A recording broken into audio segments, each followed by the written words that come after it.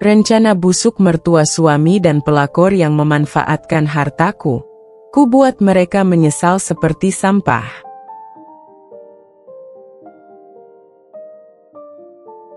Aku berdiri di depan pintu rumah besar yang dulu kubangun dengan penuh cinta. Tanganku menggenggam kunci dengan erat, tetapi hati ini terasa jauh lebih dingin daripada malam yang mendung di sekelilingku. Udara menusuk kulit, seolah ingin mengingatkan bahwa tak ada kehangatan yang tersisa di tempat ini. Suara tawa dari dalam rumah terdengar samar, menciptakan rasa perih di dada. Itu adalah suara mereka, suami dan mertuaku, tertawa bersama perempuan yang menginjak martabatku. Perempuan yang dengan terang-terangan mereka bawa ke rumah ini, mengisi ruang yang seharusnya menjadi tempat cintaku. Aku memasukkan kunci ke dalam lubang pintu dan memutar perlahan. Pintu terbuka tanpa suara, memperlihatkan ruang tamu yang mewah, penuh dengan perabotan mahal yang kupilih sendiri. Tapi tak ada rasa bangga lagi di sini. Yang tersisa hanya bayangan pengkhianatan. Langkahku ringan namun pasti. Mataku menangkap sosok mereka yang sedang duduk di sofa, berbincang dengan akrab. Wajah perempuan itu ceria, seperti tak ada rasa malu sedikit pun meski dia tahu aku adalah pemilik segalanya, termasuk suami yang kini dipujanya. Aku pulang, ucapku dengan nada dingin. Semua kepala menoleh ke arahku. Raut wajah suamiku berubah seketika, dari santai menjadi tegang. Mertuaku mencoba tersenyum, tetapi senyumnya terlihat kaku. Sedangkan perempuan itu, dia hanya menatapku dengan tatapan penuh kemenangan. Sayang, kamu nggak bilang mau pulang malam ini, ujar suamiku gugup, mencoba berdiri. Aku harus bilang, sejak kapan aku perlu izin untuk pulang ke rumahku sendiri? Aku menatapnya tajam, membuat langkahnya terhenti. Kamu kenapa bicara begitu? Ini kan rumah kita. Mertuaku menyela, mencoba meredakan suasana. Aku mendekat, berdiri di depan mereka dengan tangan terlipat di dada. Rumah kita? Sejak kapan kalian merasa memiliki sesuatu yang dibangun dari kerja kerasku? Perempuan itu, yang tampak masih tenang, menyisipkan rambutnya ke belakang telinga dengan angkuh. Maaf, kalau saya tahu Anda akan datang, saya tidak akan mampir. Aku tertawa kecil, dingin, penuh ejekan. Mampir? Sejak kapan orang yang hanya mampir bisa tinggal di sini selama berminggu-minggu, memakai barang-barangku, tidur di kamarku, dan makan dari uangku? Sayang, aku bisa jelaskan semuanya. Ini tidak seperti yang kamu pikirkan. Suamiku mencoba mendekat, tetapi aku mengangkat tangan, menghentikannya. Tidak perlu. Aku sudah tahu semuanya. Tentang dia. Tentang bagaimana kalian bersekongkol untuk memanfaatkan hartaku. Aku tahu semuanya. Jadi, tak usah repot-repot berbohong lagi. Mertuaku berdiri, wajahnya merah padam. Kamu jangan berkata seperti itu. Kami tidak pernah memanfaatkanmu. Aku mengeluarkan ponsel dari saku dan menunjukkan layar yang berisi bukti transfer uang yang kutemukan beberapa hari lalu. Lalu ini apa? Uang yang kalian ambil tanpa sepengetahuanku? Untuk apa? Untuk membiayai hidup perempuan ini. Suamiku terdiam. Mertuaku mencoba merebut ponsel itu, tetapi aku menariknya kembali. Kalian pikir aku bodoh? Kalian pikir aku akan terus membiarkan ini terjadi? Aku bukan perempuan yang mudah diinjak-injak. Perempuan itu berdiri, menatapku dengan wajah yang penuh kepura-puraan. Saya rasa Anda terlalu berlebihan. Saya tidak pernah meminta uang Anda. Saya hanya di sini karena cinta. Cinta. Aku mendekat, menatap matanya langsung. Cinta tidak memerlukan pembiayaan dari istri orang lain. Cinta tidak hidup di atas pengkhianatan. Jadi, jangan bicara soal cinta di depan wajahku. Suamiku mencoba menyela lagi, tetapi aku mengangkat tangan untuk menghentikannya. Aku sudah cukup bersabar. Mulai malam ini, semuanya berakhir. Aku akan menarik semua yang kalian nikmati dari hasil kerjaku. Mobil, kartu kredit, bahkan rumah ini. Aku sudah mengurus semuanya dengan pengacara. Mereka semua terkejut. Wajah suamiku memucat, mertuaku mulai tergagap, sementara perempuan itu terlihat tak percaya. Aku menikmati detik-detik keheningan mereka, seperti kemenangan kecil setelah luka besar yang mereka berikan padaku. Apa yang akan terjadi pada kami kalau kamu melakukan ini? Suara mertuaku pecah, terdengar memohon. Itu bukan urusanku, jawabku tegas. Kalian yang memilih jalan ini, jadi kalian harus terima konsekuensinya. Aku berbalik, berjalan menuju pintu, meninggalkan mereka yang masih membeku di tempatnya. Tapi sebelum aku melangkah keluar, aku berhenti sejenak dan berkata tanpa menoleh, nikmati malam ini, karena mulai besok, hidup kalian akan berubah selamanya. Aku selalu percaya bahwa pernikahan adalah sebuah anugerah. Di altar gereja 3 tahun lalu, aku berdiri dengan gaun putih bersih, memegang buket bunga lili yang harum, dan menatap pria yang bersumpah untuk mencintaiku seumur hidupnya. Dion, suamiku, adalah segalanya yang pernah aku inginkan. Dia tampak sederhana, penuh perhatian, dan selalu bisa membuatku tersenyum. Meskipun hidup tak selalu mudah. Aku lahir dari keluarga yang berkecukupan. Ayahku seorang pengusaha sukses, sementara ibuku adalah seorang dosen yang dihormati. Mereka membesarkan aku dan adikku dengan nilai-nilai kerja keras, disiplin, dan tanggung jawab.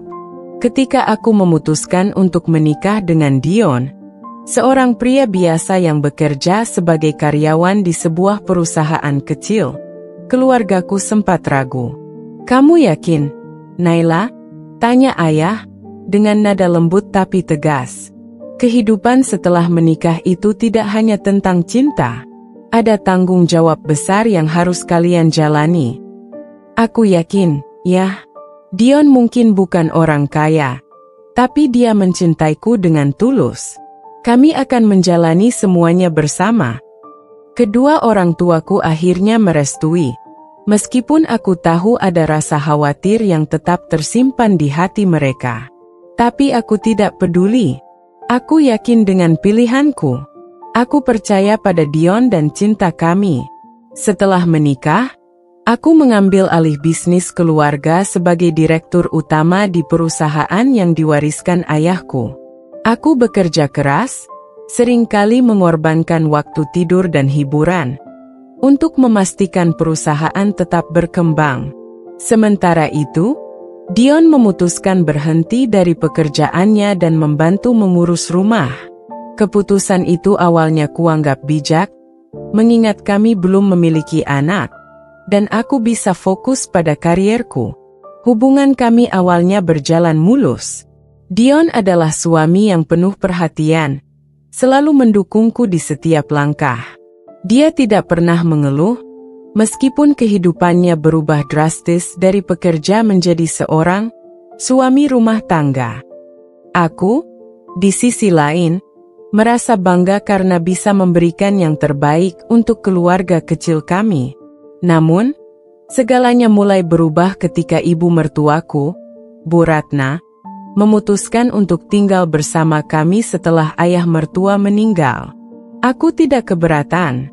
Dion adalah anak satu-satunya, dan aku tahu dia sangat mencintai ibunya. Aku berusaha sebaik mungkin menjadi menantu yang baik. Aku akan membantu mengurus rumah, Nak. Kamu fokus saja bekerja, ujar Bu Ratna suatu hari, dengan senyumnya yang ramah. Awalnya, aku merasa lega. Kehadiran Bu Ratna membuat beban pekerjaan rumah tangga sedikit lebih ringan. Tapi perlahan, aku mulai merasakan sesuatu yang ganjil. Bu Ratna sering ikut campur dalam keputusan-keputusan kecil, Mulai dari dekorasi rumah hingga pengaturan keuangan. Uang belanja ini sepertinya kurang, Naila, ujarnya suatu pagi sambil meletakkan daftar belanja di depanku. Aku hanya tersenyum. Baik, Bu. Saya tambahkan, ya. Aku tidak pernah mempermasalahkan uang. Bagianku adalah bekerja keras, dan aku ingin memastikan keluargaku hidup nyaman. Tapi lama-kelamaan, jumlah yang diminta semakin besar, dan aku mulai merasa ada yang tidak beres. Kemudian, aku mulai memperhatikan perubahan pada Dion. Dia sering pulang larut malam dengan alasan bertemu teman-temannya. Sikapnya yang dulu penuh perhatian perlahan memudar. Dia lebih sering sibuk dengan ponselnya, bahkan ketika aku di rumah. Ketika aku mencoba membicarakan hal ini, dia selalu punya alasan. Aku hanya butuh waktu untuk diri sendiri. Kamu sibuk bekerja, dan aku juga ingin punya kehidupan di luar rumah. Aku mencoba memahami. Aku tidak ingin menjadi istri yang mengekang. Tapi ada sesuatu yang terus mengusikku, seperti duri kecil yang tak terlihat namun terasa menyakitkan. Aku mencoba mengabaikannya, berharap semua ini hanya perasaan sesaat. Namun, segalanya mencapai puncaknya ketika aku menemukan sesuatu yang menghancurkan hatiku. Aku tak pernah menyangka bahwa rutinitas yang dulu terasa begitu damai perlahan berubah menjadi sesuatu yang asing. Pagi hari yang seharusnya menjadi momen kebersamaan sebelum aku berangkat kerja mulai terasa dingin. Dion tidak lagi menyambutku dengan senyuman atau ciuman selamat pagi seperti dulu. Ia lebih sering duduk di sofa, memainkan ponselnya, atau sibuk berbincang dengan ibunya, Bu Ratna. Awalnya, aku berpikir mungkin Dion sedang menghadapi tekanan atau kejenuhan. Aku mencoba menyesuaikan diri, berusaha hadir lebih sering di rumah meski pekerjaan menuntut banyak waktu. Tapi entah kenapa, setiap kali aku mencoba mendekat, Dion justru terasa semakin menjauh. Hari-hari terus berlalu, dan aku mulai memperhatikan hal-hal kecil yang membuatku gelisah. Pakaian Dion yang tiba-tiba lebih rapi setiap kali keluar rumah, aroma parfum yang berbeda saat ia pulang, atau panggilan telepon yang selalu dijawab dengan nada bisik-bisik. Aku mencoba untuk tidak berpikir buruk. Aku percaya padanya, seperti yang selalu kulakukan sejak kami menikah. Namun, satu malam segalanya berubah. Aku sedang bekerja lembur di kantor ketika ponselku bergetar. Sebuah pesan masuk dari nomor tak dikenal. Mbak Naila, maaf kalau pesan ini mengganggu. Tapi saya pikir Anda perlu tahu sesuatu. Suami Anda sering terlihat bersama perempuan lain di kafe tempat saya bekerja.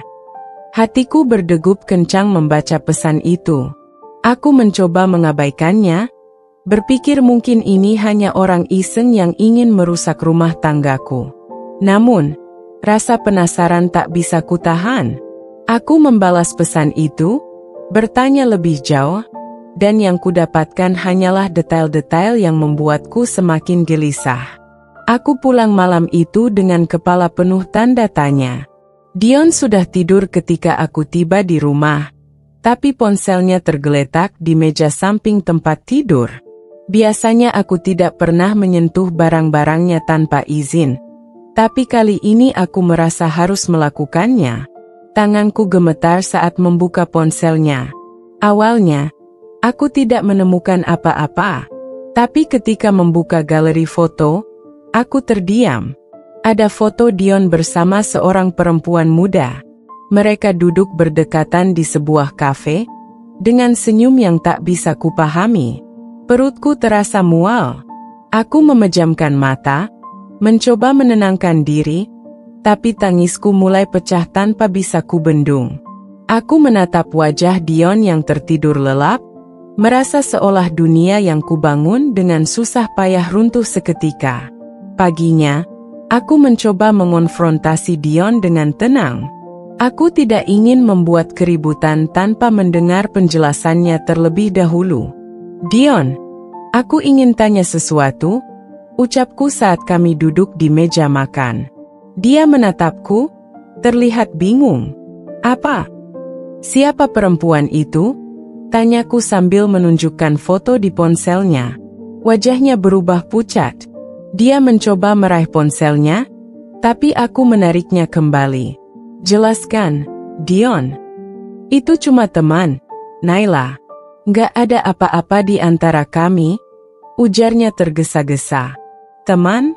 Tapi kenapa kamu nggak pernah cerita soal dia? Dan kenapa kalian terlihat begitu dekat? Dia menggeleng, suaranya meninggi. Aku nggak perlu melaporkan semua hal kecil dalam hidupku ke kamu, kan? Kamu juga sibuk dengan pekerjaanmu, aku cuma mencari hiburan. Itu nggak berarti apa-apa. Aku terdiam. Kalimat itu menusuk lebih dalam daripada yang pernah kubayangkan. Sejak kapan pernikahan ini menjadi sedingin ini? Aku mencoba berbicara dengan Bu Ratna tentang situasi ini, berharap mendapatkan nasihat atau setidaknya dukungan. Tapi jawaban yang kudapat justru membuatku semakin terpojok. Dion itu laki-laki, Naila. Wajar kalau dia butuh teman. Kamu sendiri yang terlalu sibuk bekerja. Kalau kamu lebih sering di rumah, mungkin dia nggak perlu mencari perhatian di tempat lain, ucapnya tanpa ragu. Aku menatap Bu Ratna, merasa sulit percaya pada apa yang baru saja kudengar. Ibu serius? Jadi, menurut ibu, ini salahku? Dia mengangkat bahu. Aku hanya mengatakan yang sebenarnya. Kamu memang terlalu sibuk dengan urusan kantor. Dion itu butuh kasih sayang juga, Nay. Malam itu, aku duduk sendirian di ruang kerja, memikirkan semua yang telah terjadi. Perasaanku campur aduk antara marah, sedih, dan bingung. Aku ingin mempercayai Dion, tapi semua tanda-tanda yang ada membuatku sulit untuk tetap bertahan. Hari-hari berikutnya menjadi semakin berat. Aku mulai menyadari bahwa perempuan yang kuduga hanya sekadar teman, itu sering datang ke rumah saat aku tidak ada.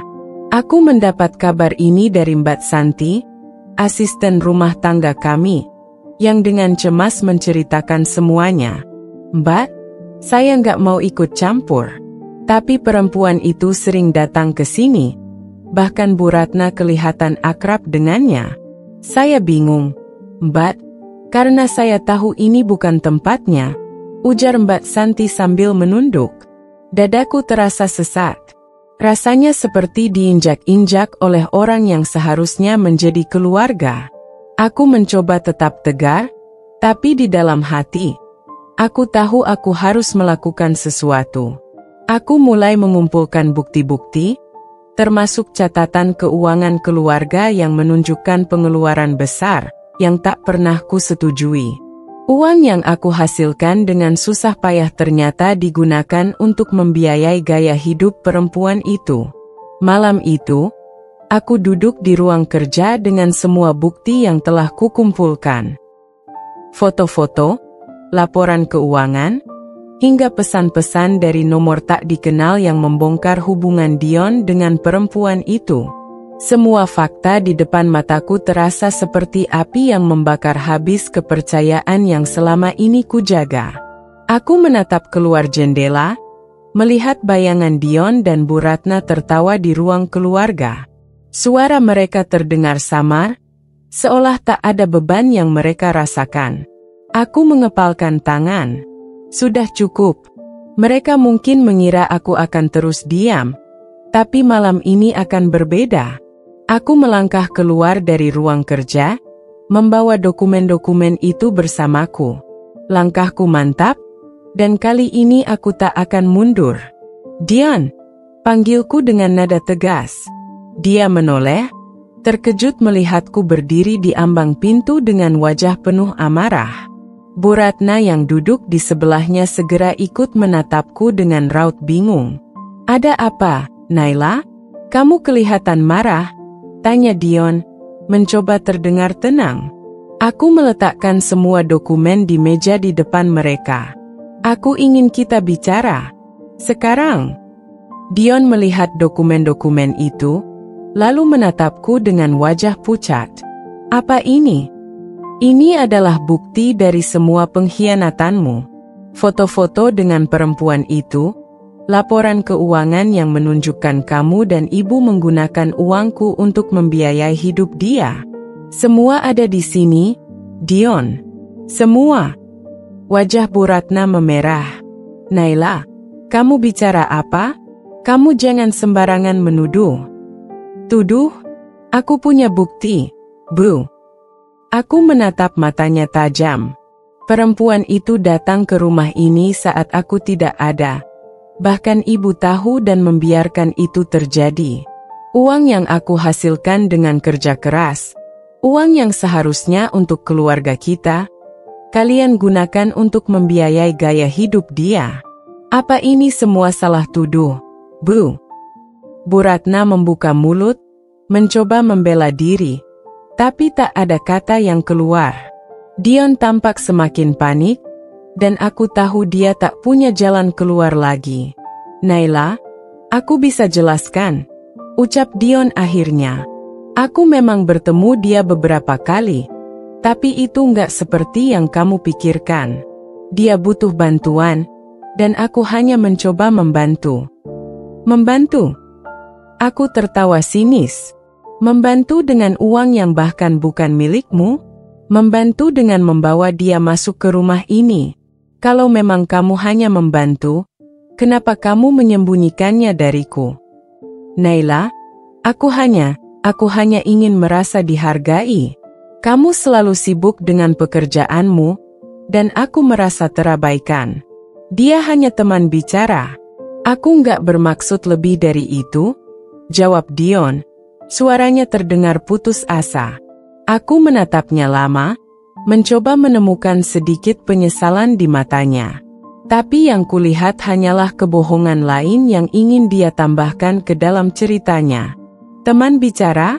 Jadi, teman bicara itu butuh uang belanja, mobil, dan fasilitas yang aku biayai? Jangan buat alasan, Dion. Kamu tidak hanya mengkhianatiku, tapi kamu juga mempermalukanku di depan orang lain. Bu Ratna, yang selama ini diam, akhirnya angkat bicara. Naila, kamu jangan terlalu keras pada Dion. Dia suamimu, dan kamu sebagai istri seharusnya mengerti perasaannya. Kalau Dion merasa tertekan, itu karena kamu terlalu sibuk dengan pekerjaanmu. Dia hanya mencari sedikit pelarian. Aku menoleh tajam ke arah Bu Ratna. Pelarian? Jadi, menurut ibu, semua ini salahku? Aku yang bekerja keras untuk membiayai kalian. Aku yang mengorbankan waktu dan tenagaku demi keluarga ini. Dan sekarang aku disalahkan? Kalau aku tidak bekerja, dari mana kalian akan hidup? Dari mana kalian akan dapat semua kenyamanan ini? Bu Ratna terdiam, tapi raut wajahnya menunjukkan bahwa dia tidak merasa bersalah sama sekali. Malam itu, amarahku mencapai puncaknya. Aku memutuskan untuk membuat keputusan besar. Mulai besok, semua yang kalian nikmati dari hasil kerjaku akan berhenti. Kartu kredit kalian akan aku tutup. Mobil yang kalian pakai akan aku ambil kembali. Dan rumah ini, kalian akan keluar dari sini. Dion berdiri, wajahnya penuh ketakutan. Naila, kamu nggak bisa melakukan ini. Ini rumah kita. Tidak, Dion. Ini rumahku. Semua yang ada di sini adalah hasil dari kerja kerasku. Kamu tidak punya hak untuk mengatakan ini milikmu. Bu Ratna mulai menangis, mencoba memohon. Naila, jangan seperti ini. Kami keluarga, kan? Kita bisa bicarakan ini baik-baik. Aku menggeleng. Keluarga? Keluarga tidak saling mengkhianati. Keluarga tidak mengambil apa yang bukan miliknya. Aku sudah cukup bersabar, tapi kesabaranku sudah habis. Aku berbalik, meninggalkan mereka yang masih terdiam di ruang keluarga. Malam itu, Aku tidur dengan perasaan lega sekaligus perih. Aku tahu keputusan ini akan mengubah segalanya, tapi aku tidak punya pilihan lain. Aku tidak akan membiarkan diriku terus diinjak-injak oleh orang yang seharusnya melindungiku. Cerita dapat dilanjutkan dengan detail bagaimana Naila benar-benar melaksanakan keputusannya dan dampak besar yang terjadi pada Dion, Bu Ratna, dan perempuan tersebut. Jika Anda ingin, saya dapat memperpanjang dan memperdalam konflik serta memberikan lebih banyak emosi pada setiap karakter. Beritahu saya. Pagi itu, aku bangun lebih awal. Rasanya aneh, setelah malam penuh tangis dan kemarahan, aku merasa lebih ringan. Aku tidak lagi terbebani oleh kebohongan yang selama ini mereka tutupi. Di meja kerjaku, aku menyiapkan dokumen-dokumen penting untuk langkah berikutnya. Penutupan rekening bersama, pembatalan akses kartu kredit, dan pemberitahuan kepada pihak bank tentang hak penuhku atas aset-aset yang selama ini digunakan Dion dan Bu Ratna. Saat aku sedang menelpon pengacara untuk berkonsultasi, Dion mengetuk pintu ruang kerjaku. Wajahnya terlihat kusut, seperti seseorang yang baru saja dihantam kenyataan pahit. Naila, aku mohon, kita bisa bicarakan ini lagi. Jangan seperti ini, ucapnya dengan nada memelas. Aku menatapnya dingin. Tak ada lagi rasa kasih yang dulu selalu kurasakan setiap kali melihatnya. Apa yang mau kita bicarakan, Dion? Bukankah semua sudah jelas? Kamu mengkhianatiku. Ibumu mendukungmu. Dan sekarang, kalian ingin aku pura-pura tidak tahu. Dia menundukkan kepala. Aku tahu aku salah, Nay. Tapi aku cuma ingin dihargai. Selama ini aku merasa kamu lebih mencintai pekerjaanmu daripada aku. Aku tertawa kecil, namun suara tawaku penuh kepahitan. Menghargaimu? Dion, aku sudah memberikan segalanya. Aku biarkan kamu berhenti bekerja. Aku menanggung semua kebutuhan kita, bahkan kebutuhan ibumu. Kalau itu bukan bentuk penghargaan, aku tidak tahu apa lagi. Dion melangkah mendekat, mencoba meraih tanganku, tapi aku menariknya. Jangan sentuh aku, Dion. Aku sudah cukup muak.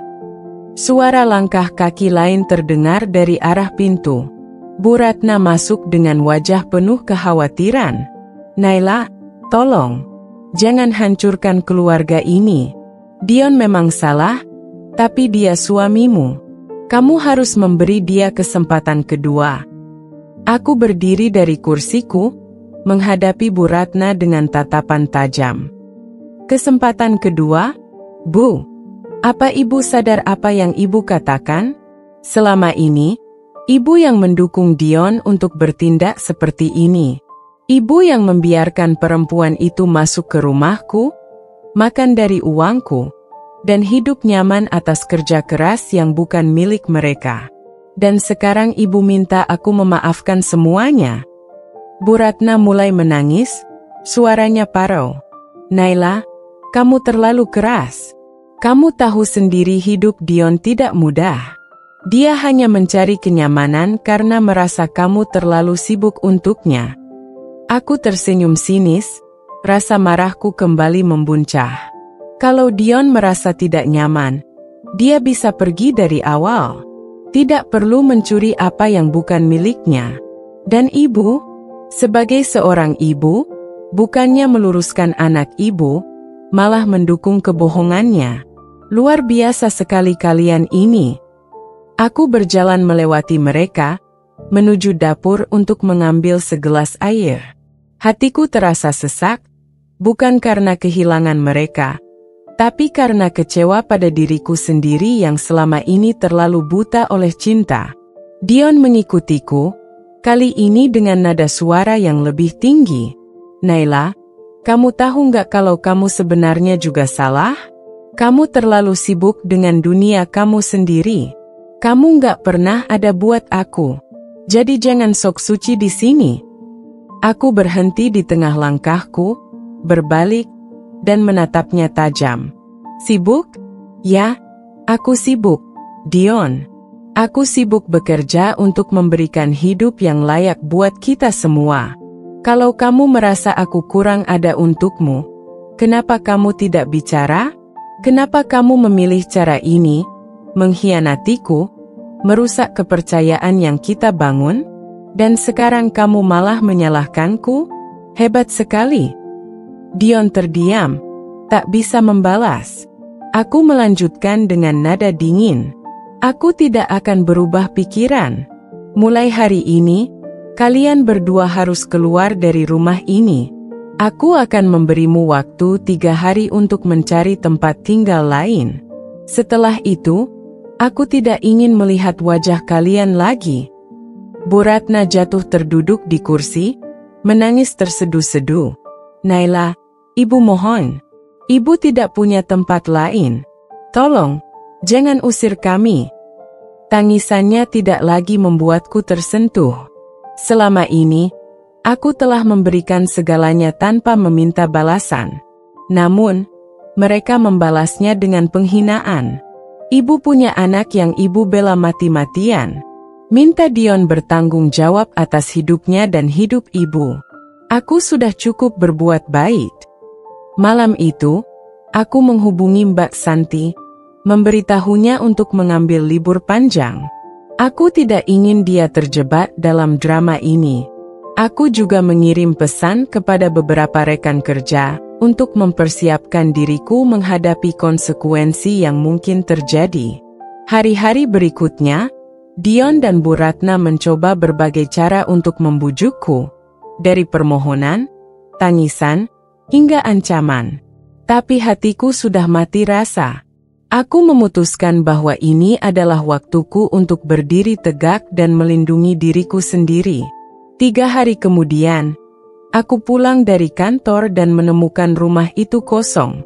Dion dan Bu Ratna sudah pergi, meninggalkan kunci rumah di meja makan bersama sebuah surat singkat dari Dion. Naila, aku minta maaf atas semua kesalahan yang telah kulakukan. Aku tahu aku tidak pantas untukmu, dan aku tidak bisa mengubah apa yang sudah terjadi. Semoga kamu bahagia tanpa kami. Aku duduk di kursi ruang tamu, membaca surat itu dengan perasaan campur aduk.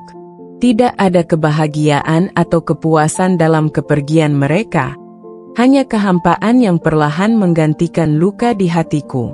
Seminggu setelah kepergian Dion dan Bu Ratna, rumahku terasa sunyi. Tidak ada lagi suara percakapan di ruang keluarga atau gelak tawa palsu yang selalu mereka tunjukkan di depanku. Namun, keheningan ini, meskipun menyakitkan, justru memberiku ruang untuk bernapas. Aku memutuskan untuk fokus pada diriku sendiri. Rutinitasku berubah. Pagi-pagi, aku mulai berolahraga di halaman rumah, menikmati udara segar yang dulu tak pernah kurasakan karena selalu terburu-buru ke kantor. Aku juga kembali membaca buku-buku yang sudah lama kutinggalkan. Rasanya seperti menemukan bagian diriku yang hilang selama bertahun-tahun. Namun, tidak semua hari terasa ringan. Malam-malam tertentu, aku terbangun dengan perasaan sepi yang menusuk. Bayangan Dion dan semua kenangan kami bersama terus menghantui. Aku sering bertanya-tanya, apa yang salah dalam pernikahan kami? Apakah aku benar-benar terlalu sibuk? Apakah aku tidak cukup mencintainya? Tapi setiap kali pikiran itu muncul, aku selalu mengingat apa yang telah mereka lakukan. Mereka tidak hanya mengkhianatiku, tetapi juga mengambil keuntungan dari kebaikanku. Rasa sakit itu, meskipun perlahan memudar, tetap menjadi pengingat bahwa aku tidak boleh membiarkan diriku jatuh lagi. Suatu hari, ketika aku sedang menyelesaikan laporan di kantor, teleponku berdering. Nomor tak dikenal muncul di layar. Aku ragu-ragu, tapi akhirnya menjawab, "Halo, ini Naila," sapaku. Suara perempuan di seberang sana terdengar familiar, Meskipun aku tidak bisa langsung mengenalinya. Mbak Naila, ini Ria. Maaf mengganggu. Saya ingin bicara sebentar, kalau Mbak tidak keberatan. Ria. Nama itu langsung memunculkan amarah di dalam diriku. Dia adalah perempuan yang selama ini menjadi sumber kehancuran rumah tanggaku. Apa maumu? Tanyaku dingin. Mbak, saya tahu saya tidak pantas menghubungi Mbak, tapi tolong dengarkan saya sebentar. Saya tidak tahu lagi harus bicara dengan siapa. Suaranya terdengar gemetar. Aku menghela napas panjang. Meski hatiku penuh kebencian, ada bagian kecil dalam diriku yang penasaran. Baiklah, bicara cepat. Saya tidak punya banyak waktu. Mbak, Dion meninggalkan saya, ucapnya, suaranya nyaris berbisik. Aku terdiam, mencoba memahami apa yang baru saja kudengar. Meninggalkanmu? Ya, setelah Mbak memutus semua fasilitasnya, dia mulai berubah. Dia jadi kasar, mudah marah. Dan akhirnya, dia pergi. Saya tidak tahu di mana dia sekarang. Dia bahkan meninggalkan saya dengan utang yang dia buat atas nama saya. Aku merasa dadaku sesak, tapi bukan karena simpati. Semua ini terdengar seperti balasan yang pantas untuk apa yang telah mereka lakukan. Jadi, apa yang kamu harapkan dariku, Ria? Bahwa aku akan merasa kasihan dan membantumu? Tidak. Kamu adalah bagian dari kehancuran hidupku. Kamu mengambil suamiku, dan sekarang kamu ingin aku peduli. Mbak, saya tahu saya salah, tapi saya hanya ingin minta maaf. Kalau saya tahu Dion seperti ini, saya tidak akan pernah mau terlibat dengannya. Aku tertawa pahit. Minta maaf? Maafmu tidak akan mengembalikan semua yang telah hilang dari hidupku. Kalau kamu benar-benar menyesal, itu masalahmu sendiri, bukan urusanku. Aku menutup telepon sebelum dia bisa bicara lebih jauh. Aku tidak ingin mendengar lebih banyak lagi. Malamnya, aku duduk di balkon rumah, memandangi langit malam yang penuh bintang. Pikiran tentang Dion dan Ria terus bermain di kepalaku. Aku tidak tahu di mana Dion sekarang, dan sejujurnya, aku tidak peduli. Tapi mendengar bahwa dia telah meninggalkan Ria memberiku semacam keadilan kecil. Meskipun tidak sepenuhnya menghapus rasa sakit yang pernah dia timbulkan. Keesokan harinya, aku menerima surat dari pengacara. Proses hukum untuk memutuskan semua hak Dion atas asetku telah selesai. Rasanya seperti sebuah beban besar terangkat dari pundakku. Aku kini bebas, benar-benar bebas dari mereka. Namun, kehidupan tidak berhenti di situ. Satu malam, pintu rumahku diketuk. Aku membuka pintu dan menemukan Dion berdiri di sana. Wajahnya kusut dan tubuhnya terlihat lebih kurus. Aku hanya ingin bicara, Naila, ucapnya, suaranya lemah. Aku menatapnya lama, tidak tahu apa yang harus kukatakan.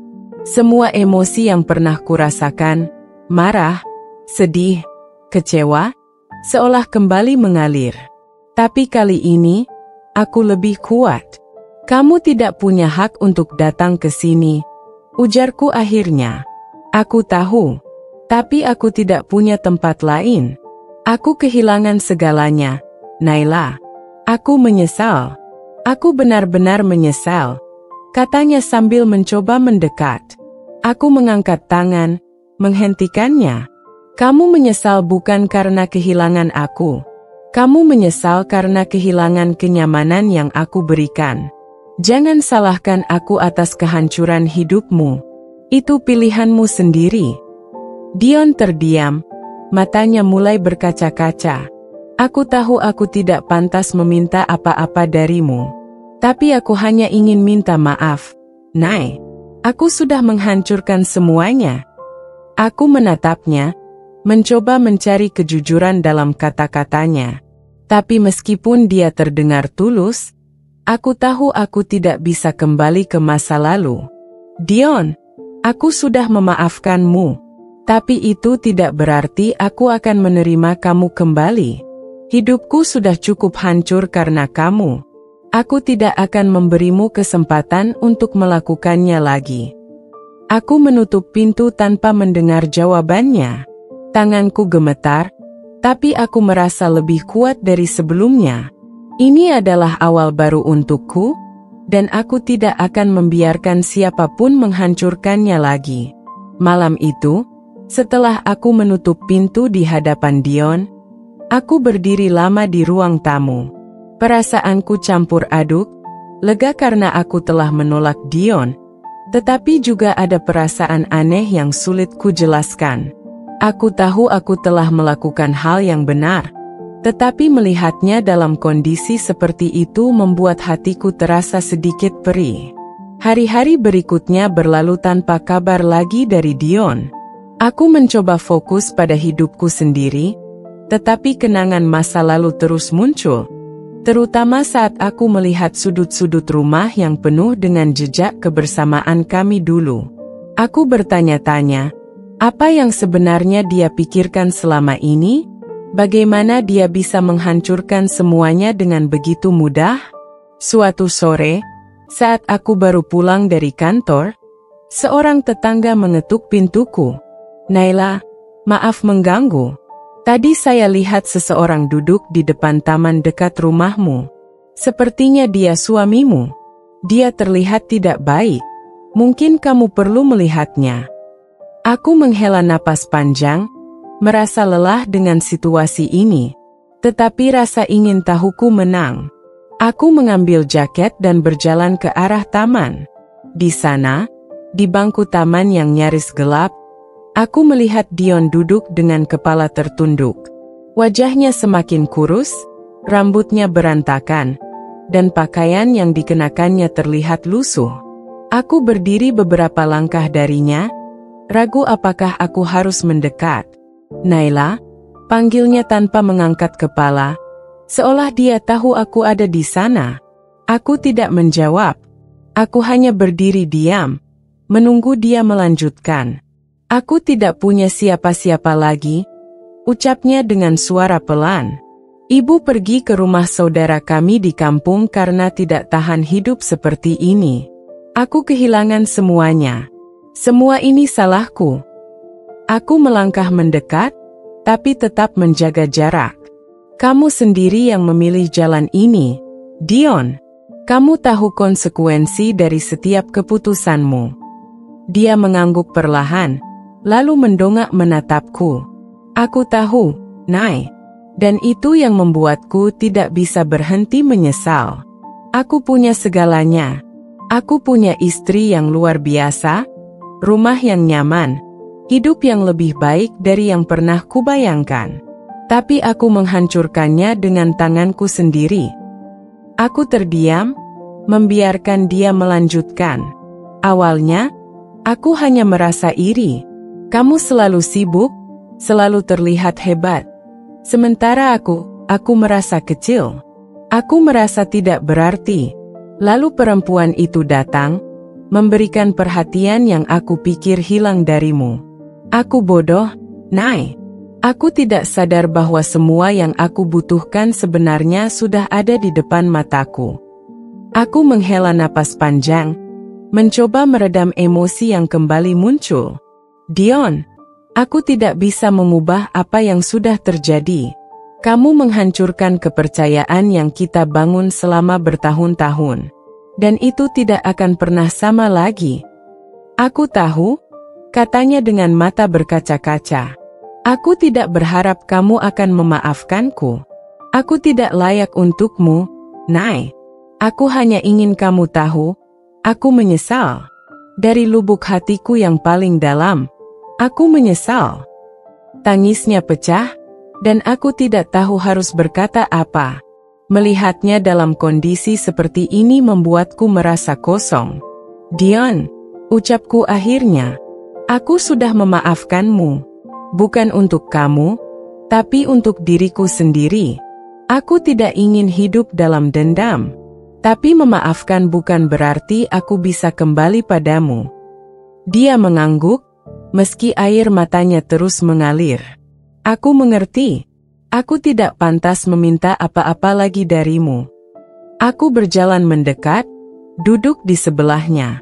Untuk pertama kalinya setelah sekian lama, aku merasakan simpati yang tulus untuknya.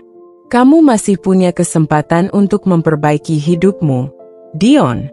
Mulailah dari awal, dan jangan ulangi kesalahan yang sama. Dia menatapku, matanya penuh harapan meskipun aku tahu harapan itu bukan untuk kembali padaku. Terima kasih, Nay, untuk segalanya. Aku tidak akan pernah melupakan kebaikanmu. Kami duduk dalam keheningan selama beberapa saat, membiarkan angin malam membawa pergi sebagian beban di hati kami. Beberapa bulan kemudian, hidupku perlahan kembali normal. Aku memutuskan untuk pindah dari rumah itu, meninggalkan semua kenangan pahit di belakang. Aku membeli apartemen kecil yang lebih nyaman untukku sendiri, dan mulai fokus pada pekerjaanku serta hal-hal yang membuatku bahagia. Suatu hari, aku menerima surat tanpa nama pengirim. Di dalamnya ada sepucuk surat tangan dari Dion. Aku sudah memulai hidup baru di tempat yang jauh dari sini. Aku bekerja sebagai supir di sebuah perusahaan logistik. Hidupku sekarang jauh lebih sederhana, tapi aku merasa lebih damai. Aku hanya ingin mengucapkan terima kasih atas segalanya. Kamu adalah orang terbaik yang pernah ada di hidupku, dan aku akan selalu menghargai itu. Aku tidak akan mengganggumu lagi.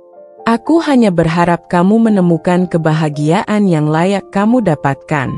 Air mataku menetes membaca surat itu. Aku tidak tahu apa yang kurasakan. Apakah itu kesedihan, lega, atau mungkin sedikit haru. Aku sadar, ini adalah akhir dari babak yang panjang dan menyakitkan dalam hidupku. Aku menatap keluar jendela apartemenku, melihat matahari terbenam yang indah di kejauhan. Untuk pertama kalinya, aku merasa benar-benar bebas, siap untuk memulai babak baru dalam hidupku. Kehidupan Naila dan Dion berakhir di jalan yang berbeda, tetapi dengan pelajaran yang sama, bahwa kebahagiaan sejati datang dari menghargai apa yang dimiliki dan tidak mengkhianati kepercayaan yang diberikan. Naila menemukan kekuatannya untuk bangkit, sementara Dion belajar menghadapi penyesalannya dan memperbaiki hidupnya. Meskipun mereka tidak bersama lagi, keduanya menemukan kedamaian dalam perjalanan masing-masing. Dalam hubungan apapun, kepercayaan adalah hal yang paling berharga. Sekali rusak, kepercayaan sulit untuk diperbaiki. Kisah Naila dan Dion menunjukkan bahwa pengkhianatan, baik dalam bentuk perselingkuhan maupun manipulasi, tidak hanya merusak hubungan tetapi juga meninggalkan luka yang dalam. Jika kita menghargai seseorang, kita harus menjaga kepercayaan yang diberikan kepada kita. Salah satu alasan Dion memilih jalan yang salah adalah karena kurangnya komunikasi dengan Naila. Rasa iri dan perasaan tidak dihargai seharusnya dibicarakan, bukan dipendam atau disalurkan ke arah yang salah. Dalam hubungan, komunikasi yang jujur dan terbuka adalah kunci untuk mengatasi masalah sebelum menjadi besar. Kebaikan dan pengorbanan Naila terhadap Dion dan mertuanya berujung pada pengkhianatan yang menyakitkan. Ini mengajarkan kita bahwa ketulusan harus dibalas dengan rasa syukur dan penghormatan, bukan dengan mengambil keuntungan. Hargai orang yang telah berbuat baik kepada kita, karena tidak semua orang mau melakukan hal yang sama. Naila adalah contoh orang yang terlalu baik hingga dimanfaatkan oleh orang-orang terdekatnya. Dari cerita ini, kita belajar pentingnya menegakkan batasan yang sehat. Berbuat baik bukan berarti membiarkan orang lain memperalat kita. Kita harus tahu kapan berkata, tidak, untuk menjaga harga diri dan martabat kita. Dion akhirnya menyadari kesalahannya, tetapi penyesalan datang setelah semuanya hancur. Ini menjadi pengingat bahwa kita harus berhati-hati dengan tindakan kita, terutama yang dapat melukai orang lain. Menyesal di akhir tidak akan mengembalikan waktu atau memperbaiki kerusakan yang telah terjadi. Naila menunjukkan bahwa memaafkan bukan berarti melupakan atau menerima kembali orang yang menyakiti kita. Memaafkan adalah proses untuk membebaskan diri dari beban emosi yang negatif. Melepaskan seseorang yang merugikan kita adalah langkah menuju penyembuhan dan kebahagiaan. Dion memilih kenyamanan materi yang diberikan Naila, tetapi itu tidak membuatnya bahagia. Kebahagiaan sejati datang dari hubungan yang penuh cinta, kejujuran, dan saling menghormati, bukan dari harta atau fasilitas yang melimpah. Naila memilih untuk bangkit setelah dikhianati. Dia tidak membiarkan kesedihan dan kemarahan menguasai hidupnya. Kita semua memiliki pilihan untuk bangkit dari keterpurukan dan membangun kehidupan yang lebih baik, bahkan setelah menghadapi pengkhianatan atau kehilangan. Naila belajar untuk menghargai dirinya sendiri dengan menolak kembali ke hubungan yang tidak sehat. Dia memahami bahwa dia pantas mendapatkan yang lebih baik. Ini mengingatkan kita bahwa mencintai diri sendiri adalah langkah pertama untuk membangun hubungan yang sehat dengan orang lain. Dion akhirnya memutuskan untuk memperbaiki hidupnya meskipun dia telah kehilangan segalanya. Ini menunjukkan bahwa tidak ada kata terlambat untuk berubah dan memperbaiki diri. Kesalahan adalah pelajaran yang dapat membantu kita menjadi pribadi yang lebih baik jika kita bersedia belajar darinya. Kisah ini mengajarkan kita banyak hal tentang cinta, kepercayaan, dan harga diri. Yang terpenting, setiap keputusan yang kita buat membawa konsekuensi, dan pilihan kita menentukan arah hidup kita selanjutnya.